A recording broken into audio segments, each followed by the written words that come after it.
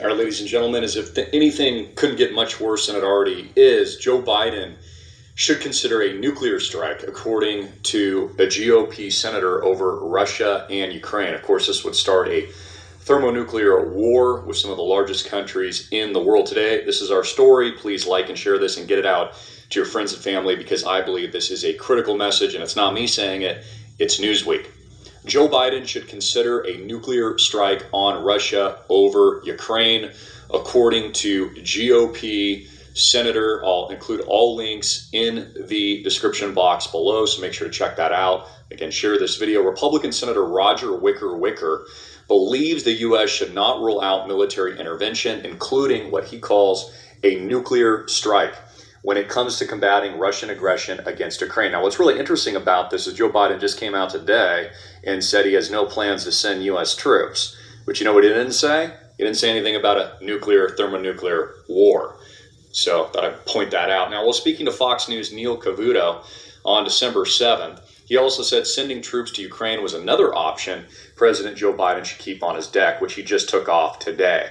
He said, quote, "We start making a mistake when we take options off the table." This is Roger Wicker, U.S. Senator of Mississippi. He is a Republican, calling for this military thermonuclear war on behalf of Joe Biden and the United States of America. First off, what do you guys think about this? I mean, this is pretty nuts. Like, do you actually agree with this thermonuclear war over Ukraine? Is this enough of an issue that Biden should risk an all-out world event, unlike anything we've seen since World War II? Make sure, again, to like and comment and tell me what you think. And why are they putting out this messaging to the American public right now? Here is an image, again, of the senator who just made these comments. Again, this is being reported by the mainstream media, Fox News, also Newsweek. Here we have China could use its hypersonic weapons in surprise nuclear attack. This was reported by Fox News just a couple days ago. Now, this would also be the perfect smokescreen to blame China for the economic collapse, in my opinion, in the United States and Western countries. There'd be the perfect ruse, perfect excuse, say, look, it's China's fault. And I talked about this 2 videos ago, I believe it was, where they'll blame China for the economic calamity that affects the United States, that I would argue the central bank is responsible for, and our politicians are responsible for, but would place the blame on them.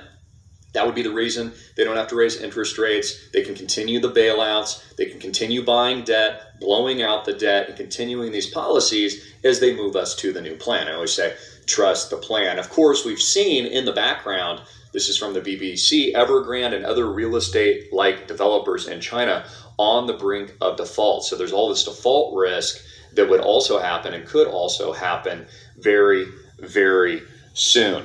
Now, also, we had Starlink.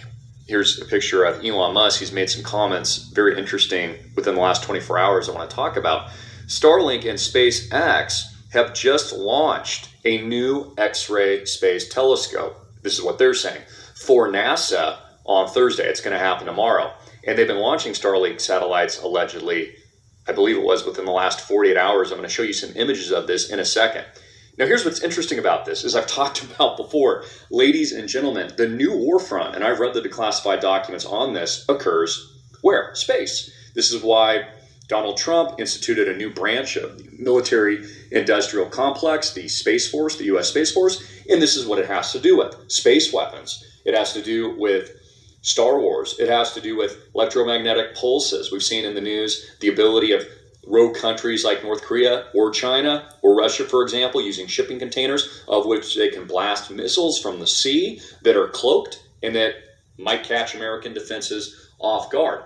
So isn't it interesting that a new SpaceX X-ray, this is what they're saying it's for, is being launched along with other materials that looks like these. Let me show you this. What space weapons actually look like. Move my head down there. You can see here. This is what a space weapon looks like. Looks like a satellite, what they're launching tomorrow, what they already have up in our skies. And this is being reported by the U.S. Air Force. Also, Elon Musk has made some big comments. Bring myself to the bottom of the screen there recently. And I want to play what he says about the U.S. government. And I believe Elon Musk plays 2 sides of the coin. This is typically what he does. So just because he says something doesn't really mean he means it. He's talked about the jabs, for example, and then backtracked on that later. Keep in mind, Elon Musk receives billions and billions of dollars worth of subsidies from U.S. taxpayer and the U.S. government for his companies like Tesla and SpaceX, which works directly with NASA and other government-led agendas. But take a listen to what Elon Musk has to say.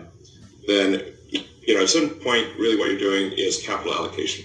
So you're not. It's not money for personal expenditures. It's what you're doing is capital allocation, and it does not make sense to take the job of capital allocation away from people who have demonstrated great skill